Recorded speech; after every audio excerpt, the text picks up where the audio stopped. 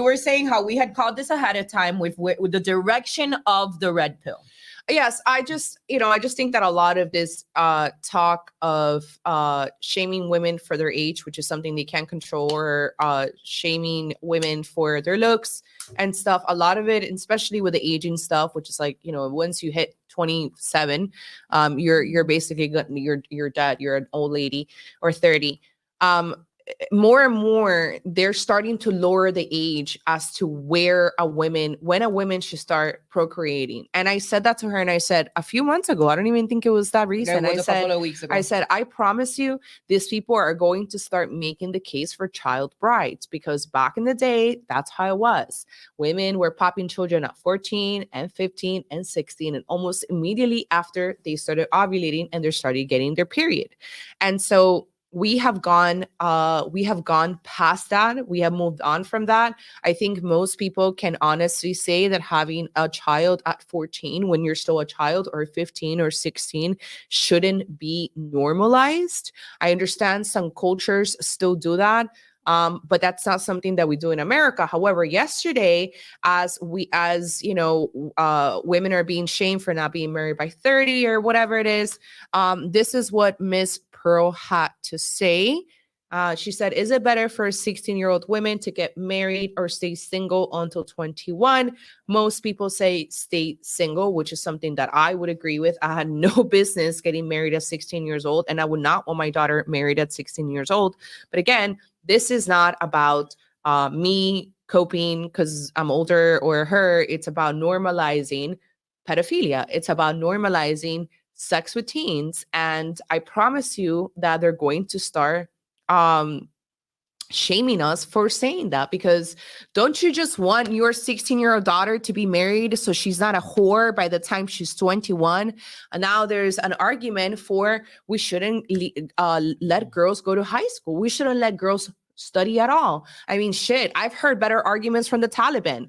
I genuinely think that the Taliban has better views of women than these people. And I'm going to tell you why. Because the Taliban actually makes the case when they took over Afghanistan, and there was this whole thing where they're going to take women's education and they're not going to let women go to school. I was super into it, and I was researching so much, following all these accounts, seeing where they were out to. And one of the things that the Taliban said was like, yes, we are a patriarchy, and we will separate our common areas, everything by gender, whatever. Or like, they're not saying they're not who they are, but their thing is, the reason why we do need women to become doctors and teachers and to have certain positions in life is because we are a gendered separated society.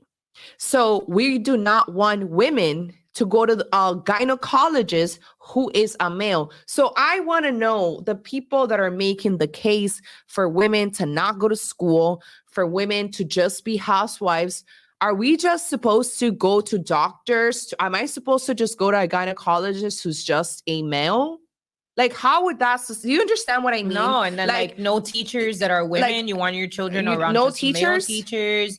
Like, there's a lot of, the thing is with the manosphere is that they take away all of the gifts, the God-given gifts that women have, and they will bring us down to, you're just birthing people, no different than the left. That's what they said. Honestly. That's actually something that Nick Fuentes said the other day, and they quoted him in Media Matters, that women were only baby poppy machines. And that is why, I mean, he's still young, and I understand that this is his platform, but this is the thing that they don't understand. It's this inflammatory comments in an occupation, which is where we live, in a very you can't joke about the Holocaust, you can't joke about certain minorities or whatever, you can't joke about it's going to create a brand problem, and that's why they don't want to let you in these platforms. Yeah, I don't agree with it, but it's just the way it is. Really narrowed down women to just like, oh, you give birth and what else do you do? And then they'll even have the audacity to be like, oh, that's all that you do? Well, it's kind of a pretty big deal if society collapses because women aren't having babies. Yeah. But no, that's not all that we do, because nurturing is not a male a male capacity. A man is not supposed to be in that energy. Well, today they also made the case. Creation is a female energy, not a male energy. And it's not to say that one is better than the other. I'd make no argument. I think that in a lot of ways of what society considers to be valuable, whether it be leadership, peer recognition, money, whatnot, that men do tend to succeed better in those positions in life than women do, because they are genetically built in order to be able to do that. Yeah. But when it comes to raising children, when it comes to caring for the old, when it comes to creative energy, there's a reason why muses, why creators, why people that are geniuses say that they have a muse. A muse tends to be a woman because it's female energy. Unless you're gay, of course. So it's right.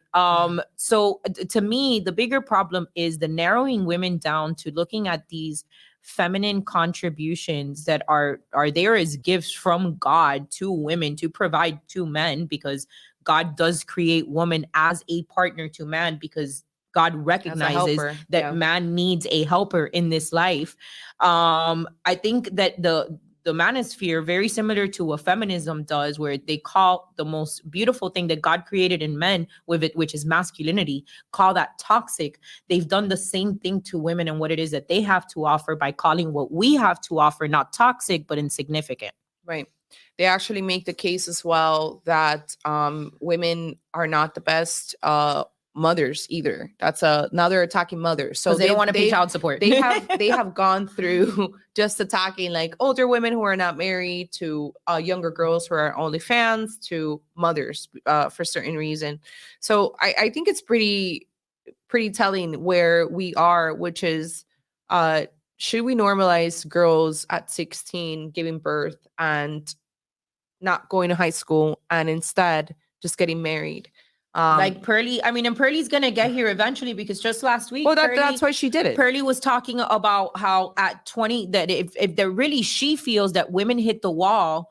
Let me take us out of this view here. But Pearly commented that she felt like women hit the wall at 21, because at 21 years old, you can already start seeing some laugh lines.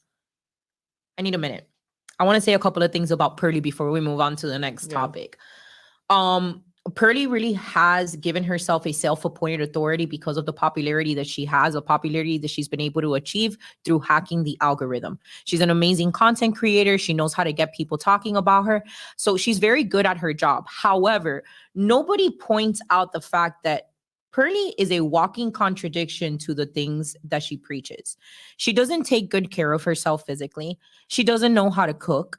The only real relationship she's ever had was with a man who was a single father and was broke, but he had a lot of clout. So she was hypergamous, and where she chased a man that had more clout than she was.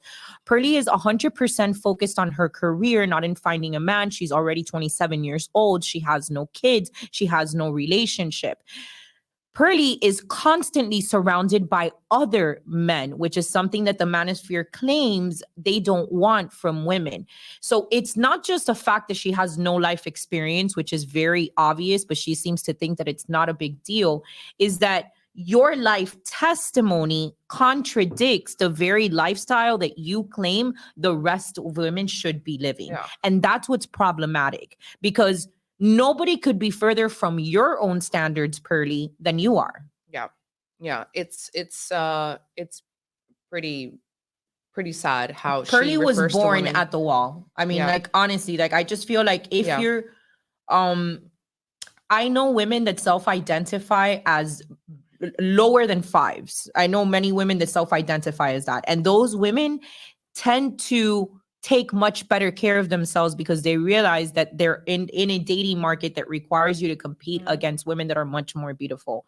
The disregard that she puts into competing in that market shows disrespect to me about dating in general, because you'll sit here and you'll knock every other woman that takes care of herself, that gets Botox, that works out. Oh, well, you're nothing more than plastic surgery, or you're only this because you lost her, or you're only this because you're young. She'll sit there and she'll do all of that while taking zero pride in her own femininity. And it's not just visual looks, is you're mad opinionated. You're always surrounded by men. You're completely focused on your career. So I I guess that I fail. You're not a virgin. So I fail to understand where your value is. Oh, you don't lack value. So then the reality is that this ideology that you follow has placed you as less valuable within your own ideology. So in order to make yourself feel better, you have to lower the value of all other women with the same ideology that you have, so that you feel like, well, at least I'm not at the bottom of the barrel. Something else is that usually somebody asked in the chat, why don't you guys like statistics? I think that's what he said. Why don't you guys like statistics? I'm going to tell you why, because you do not live in a world. You don't walk around your life thinking that everything is a statistic. Because are you going to drive and think that statistically you could be killed by a drunk driver? Are you going to see a person of color on the street and think that statistically that person could commit a crime?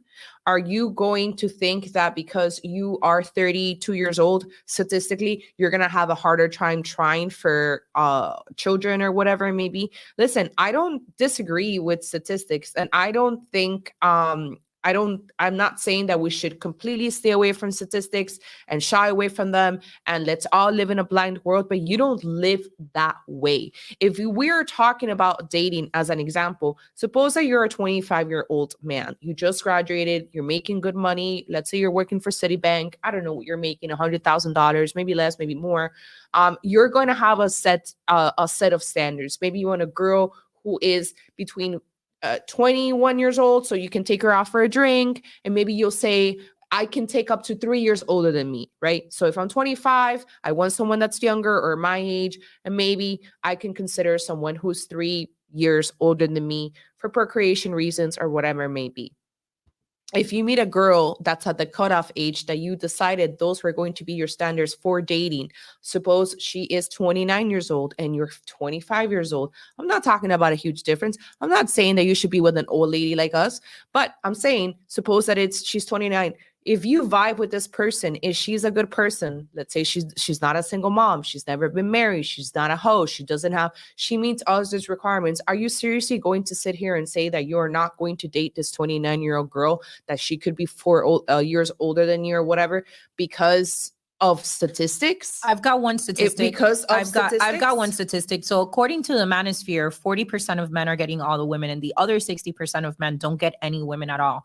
So for somebody, the man that's asking for statistics, I ask you, is it healthy to tell that 60% of men that they have no options, that the best way for them to get a woman is to be completely arrogant towards them, to be assholes toward them, to treat them bad, to manipulate them?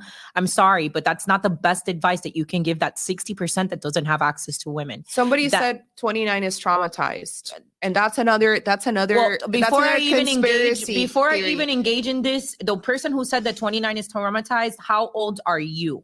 Because it's all based off perspective, right? If you're 21 years old, then I can see why you think that a 29-year-old person is traumatized.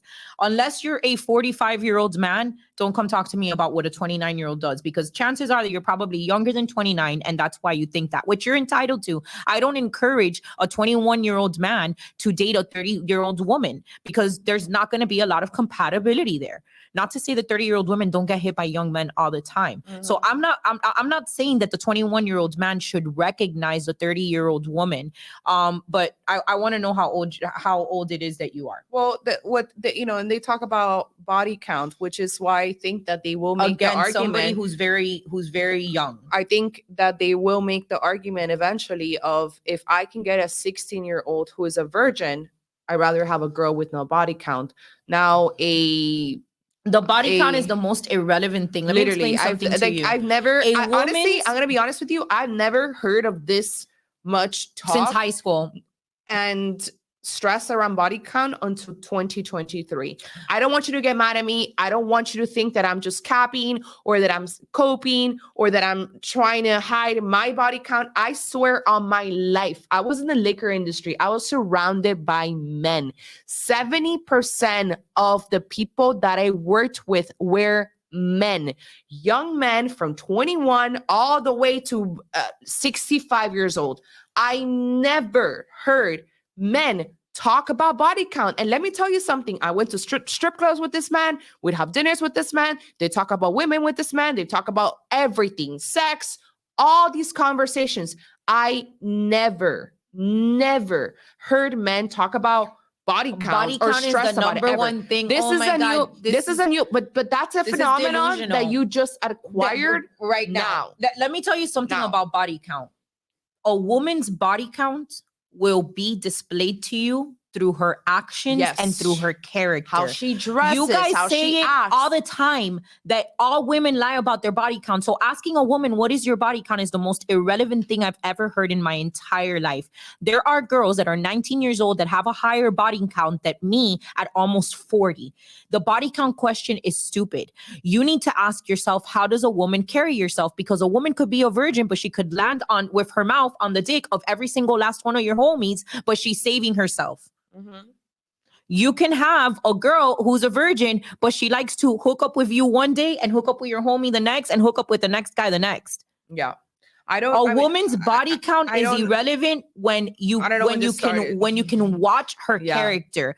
The most important thing about being able to tell if a woman is a hoe is not by asking her how many people have you slept with, because like you very well have pointed out, the hoe's probably going to lie to you anyways. No, the best way to determine if a woman is a hoe is by just watching how it is that she behaves. Take her around your friends. How does she act? How does she dress? With them? Give her a couple of drinks. How does she act after she's had a couple of drinks? How does she act around your family? How does she act around her family? How does she act around her friends? How easy is she? When you take her places, how does she react to other men?